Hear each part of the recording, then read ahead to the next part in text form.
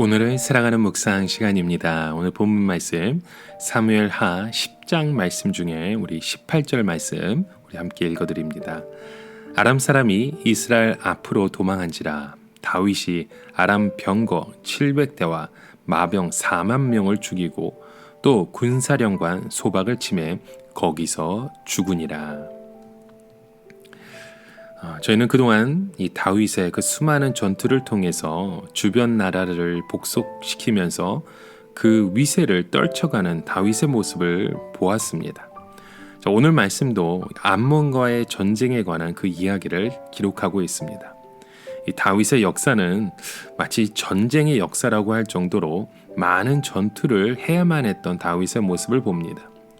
사실 전쟁이라는 단어는 국가와 국가 사이에 무력을 사용하여 싸움을 벌이는 것입니다.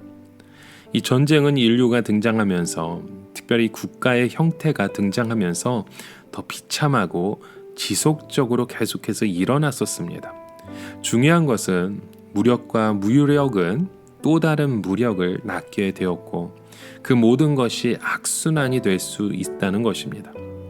이 다소 아이러니한 부분이지만 전쟁을 통해서 하나님의 공의와 심판이라는 중요한 신앙적 덕목에 대해서 우리는 또 묵상하게 됩니다.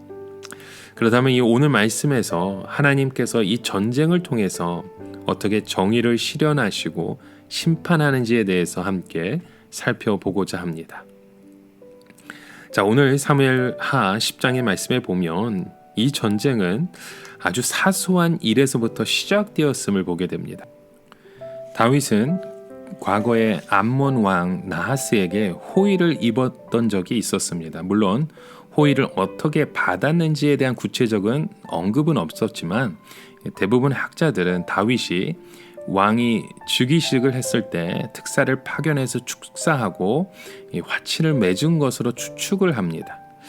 자, 그러나 이 나하스 뒤에 왕에 오른 이 한우는 평화의 관계를 깨트리고 전쟁의 도화선에 불을 붙이게 되었던 것이죠. 다윗은 먼저 나하스와 맺은 언약을 실천한 의지를 보여줍니다. 오늘 본문 말씀 2절에 보게 되면 내가 나하스의 아들 한운에게 은총을 베풀되 그의 아버지가 내게 은총을 베푼 것 같이 하리라.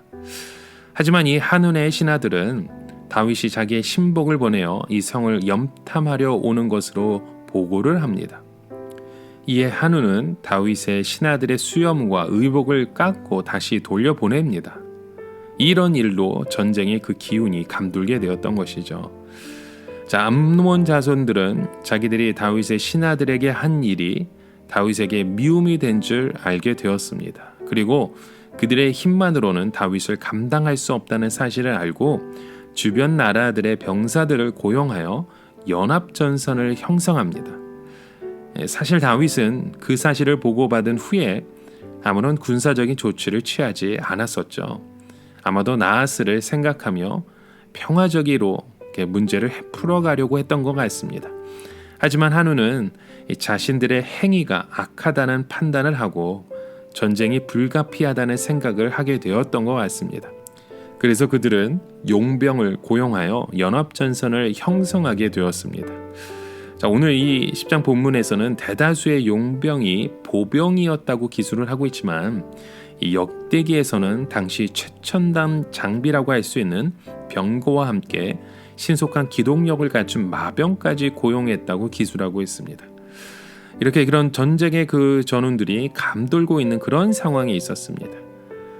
그 가운데 오늘 사무엘하 10장 9절과 10절에 보게 되면 암몬과 아람의 연합 군대를 대하는 요압의 전술이 매우 특이하다는 것을 발견하게 됩니다. 먼저 엄선하여 선발된 자들은 아람 사람들과 싸우도록 진을 쳤고 남은 자손들은 암몬 자손들과 싸우도록 진을 쳤습니다. 그 이유는 이 전쟁은 암몬과의 전쟁이었고 아람 군대는 돈을 받고 고용된 군사들이었기 때문입니다. 그렇게 아람 군대는 필사적으로 전쟁에 임하지 않고 전세가 불리하게 되면 쉽게 후퇴할 수 있는 가능성이 있었던 것이죠. 그래서 요압은 강한 전력을 가진 암몬 군대에 대해서 저지하는 데 주력을 했고 상대적으로 약한 전력을 가진 아람 군대에 대해서는 적극적으로 공격하여 초반에 승기를 잡으려고 하는 전략을 구사했던 것입니다.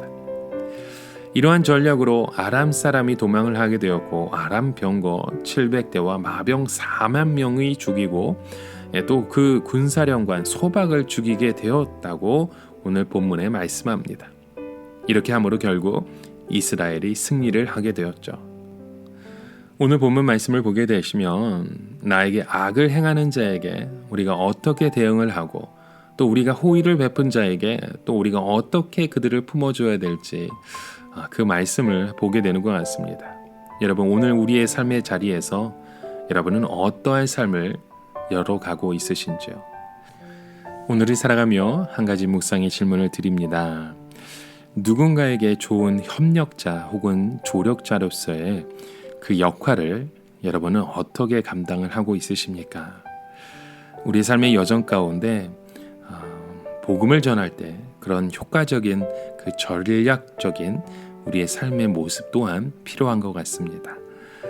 나에게 때로는 악을 행한 자라도 그들에게 하나님의 사랑을 또 그들에게 하나님의 그 사랑을 전할 수 있는 믿음의 모습이 오늘 우리의 삶 가운데도 열어지고 이루어지길 주님의 이름으로 간절히 축원합니다.